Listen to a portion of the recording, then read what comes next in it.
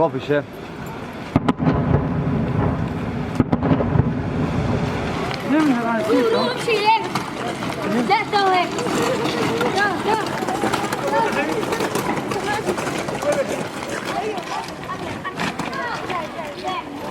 وين رايح؟ يا والله رايح؟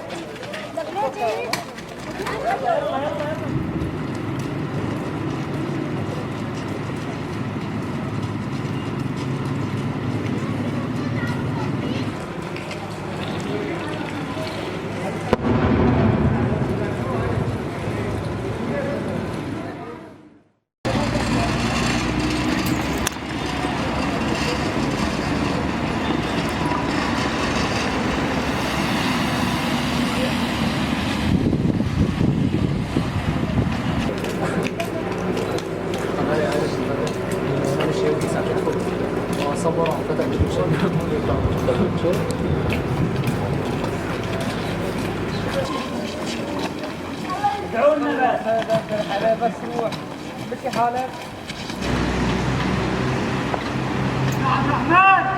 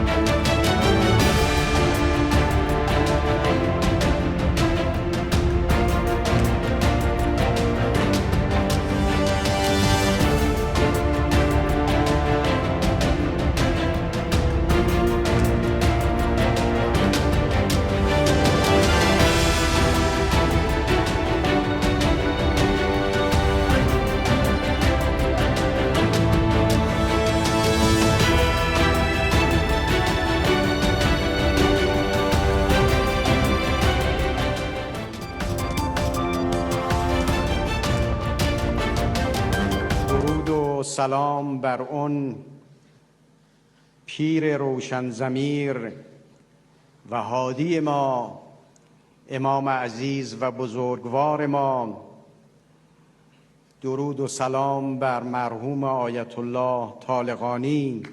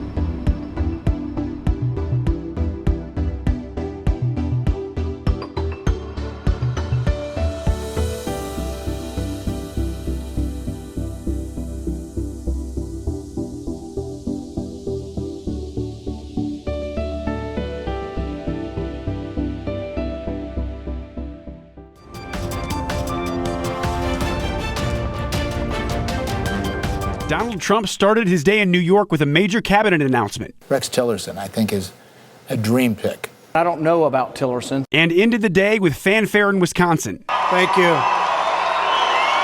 In between, there was a little of both. After the president-elect announced ExxonMobil CEO Rex Tillerson as his pick for Secretary of State, multiple sources told CNN that Trump had settled on former Texas Governor Rick Perry for Energy Secretary. Trump's transition team reporting that Montana Congressman Ryan Zinke has accepted the position of Interior Secretary.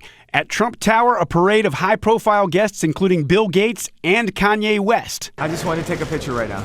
NFL legend Jim Brown, who voted for Hillary Clinton, was also at Trump Tower Tuesday. I fell in love with him because he really talks about helping African Americans, black people. Trump at a thank you rally in Wisconsin, making sure no one missed the details of his star-studded day. The great Jim Brown, Bill Gates, Anna Wintour, Kanye, that's right, Ray Lewis. Meanwhile, on Capitol Hill, a push to further investigate Russia's hacking of the presidential election, something Trump has downplayed and dismissed. But Republican chairman of the Senate Foreign Relations Committee, Senator Bob Corker, saying Tuesday that the committee will hold hearings on Russia's hacking. I'm Reed Binion reporting.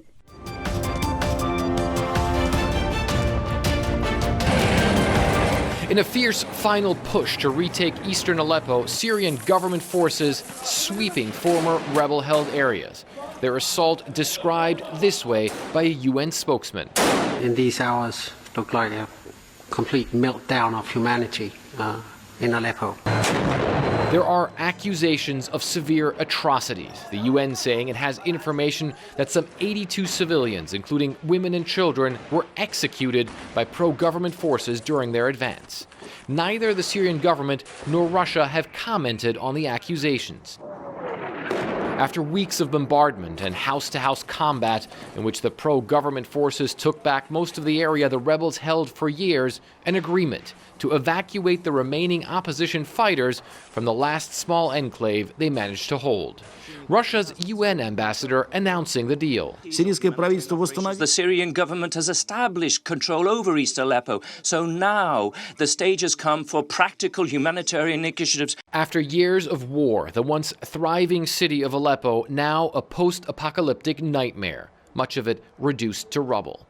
U.S. Ambassador to the UN Samantha Power laid full blame for the carnage on Syrian forces backed by Russia and Iran. Is there no act of barbarism against civilians, no execution of a child that gets under your skin, that just creeps you out a little bit? Many civilians trapped in the besieged areas clearly fearing pro-government forces, some posting farewell messages online. Assad militias are maybe 300 meters away.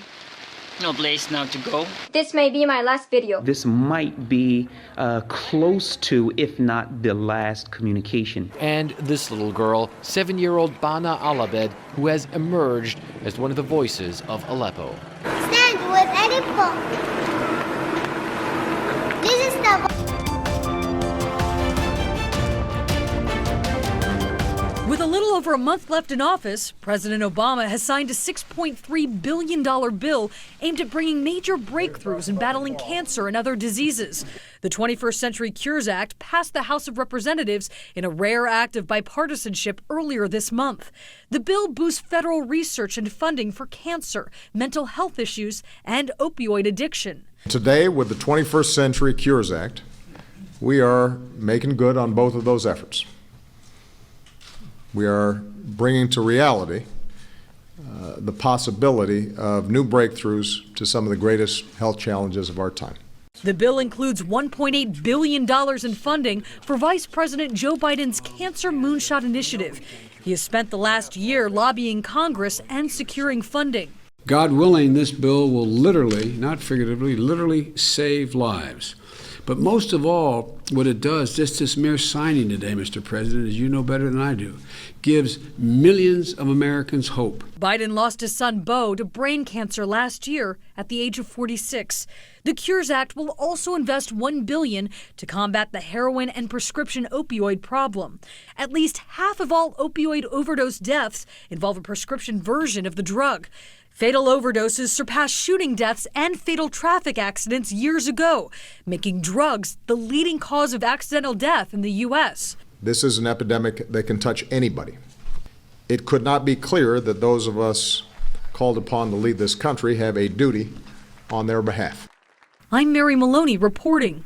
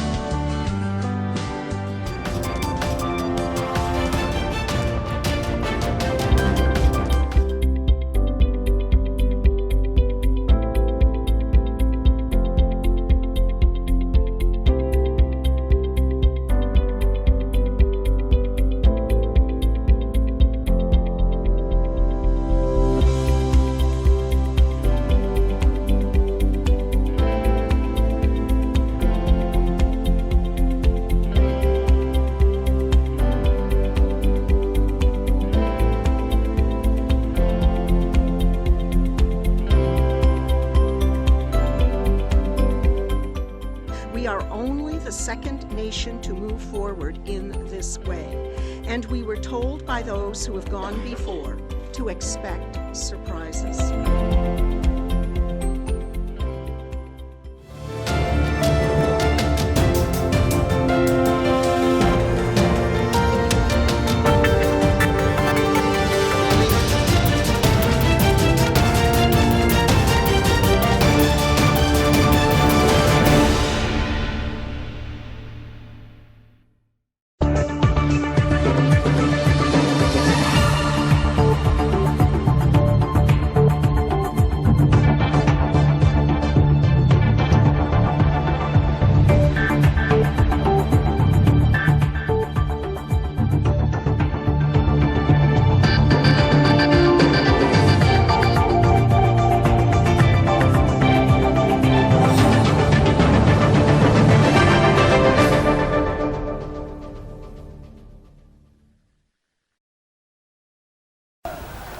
همزمان با تصرف مناطق شرقی حلب توسط ارتش اسد، صدها نفر از شهروندان ترکیه که در میان آنها شهروندان سوری و عربستانی نیز دیده میشد، طی دوشنبه گذشته در مقابل کنسولگری روسیه در استانبول تجمع اعتراضی برگزار کردند و نسبت به آنچه که در حلب می‌گذرد دولت‌های روسیه و ایران را به باد انتقاد گرفتند.